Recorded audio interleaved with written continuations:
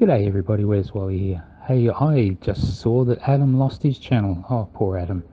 You know what, I think I might help him get all his missing videos back. So here you go, Adam, here's one. This one's my favourite. This is the Bad Day video, and I want to see what you really are going to do with this one, mate. You still haven't done it. So please, if you're able to identify this bit of land that takes up this massive bit of the supposed spinning globe Earth, please can you let me know in the comments section, because I cannot find that landmass, as I've stated previously in the other video. And when we do locate that landmass, it's obviously going to be a very bad day for the NASA pantomime company, because we're going to put all the bits and pieces together and destroy it. We have already. So if you want to jump straight over Adam, here's the timestamp, and you can go straight to my debunk of Adam's nonsense here. What's the height of clouds? About 60,000 feet, they tell us. Height of clouds generally encountered over a range of heights between the ground and about 60,000 feet. Okay, any images? What's this, a Wikipedia? Let's have a quick peek.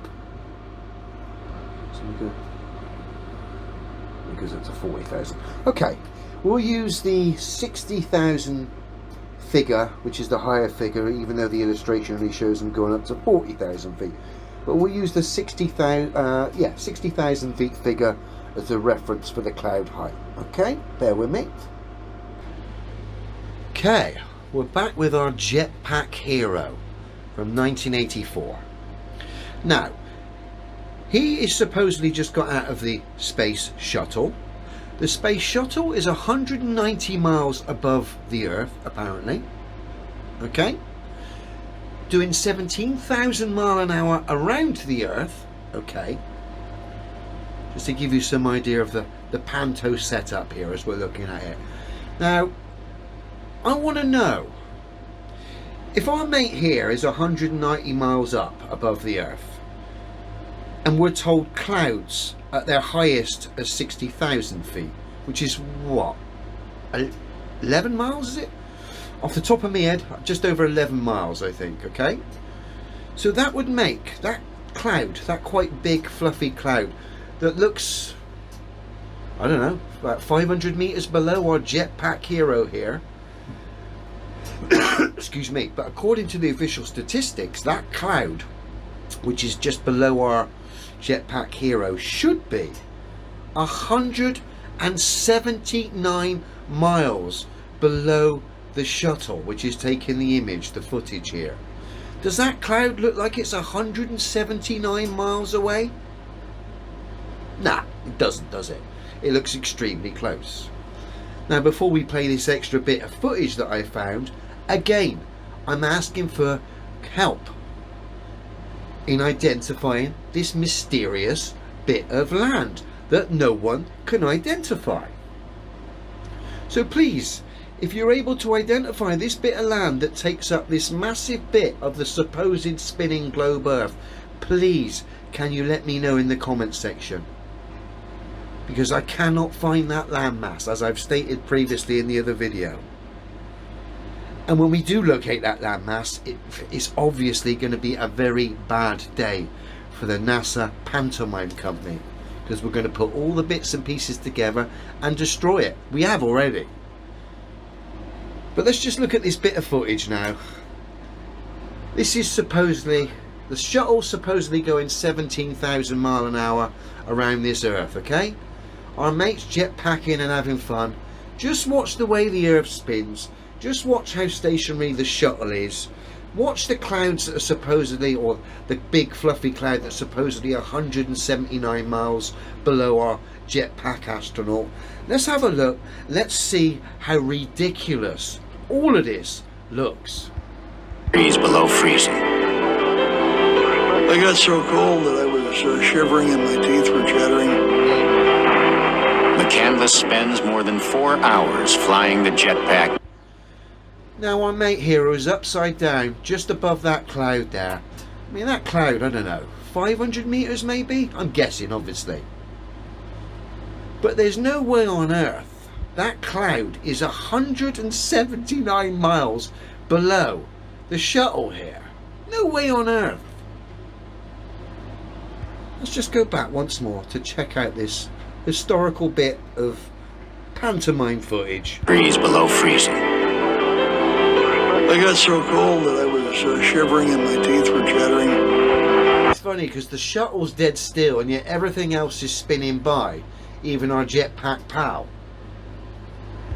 The canvas spends more than 4 hours flying the jetpack through space.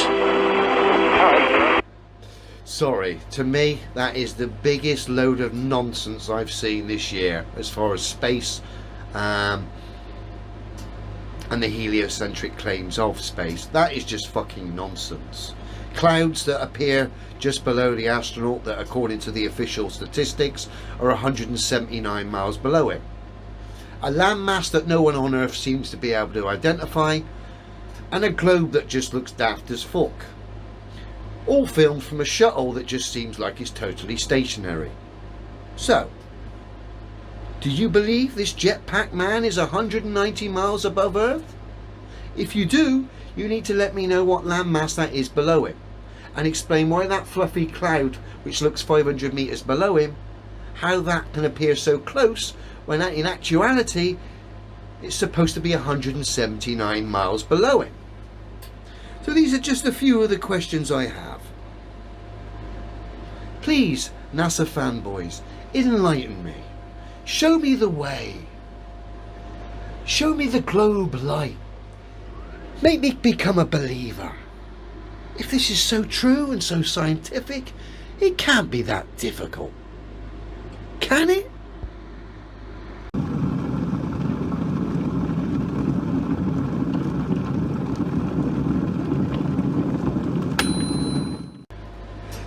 Excuse me, but according to the official statistics, that cloud, which is just below our jetpack hero, should be 179 miles below the shuttle, which is taking the image, the footage here. Does that cloud look like it's 179 miles away? Nah, it doesn't, does it? It looks extremely close. Now, before we play this extra bit of footage that I found, again, I'm asking for help in identifying this mysterious bit of land that no one can identify. Oh, I wouldn't say no one can find it, Adam. I found it. So please, if you're able to identify this bit of land that takes up this massive bit of the supposed spinning globe Earth, please, can you let me know in the comments section? Because I cannot find that landmass. Adam, I found it. Hello, Adam. Is this thing on? G'day, everybody. Where's Wally here? Look, I just wanted to help out a friend of mine. Well, Chutoy.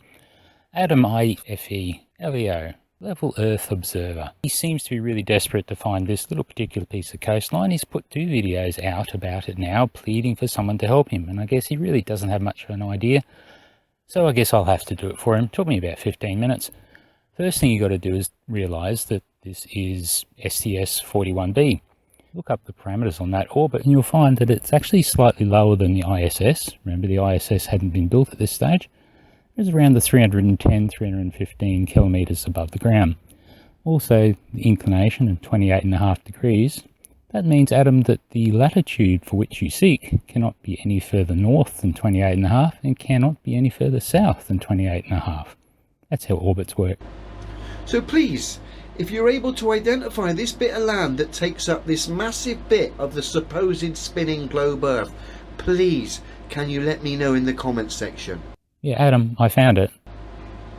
Because I cannot find that landmass, as I've stated previously in the other video. I found it. I'm asking for help in identifying this mysterious bit of land that no one can identify. I found it. So we had a bit of a look around and we found the place, and I reckon it's spot on. And here it is, off the coast of Namibia, however you say it. So Adam, now that you know exactly where it is, and matches on all these points here very nicely.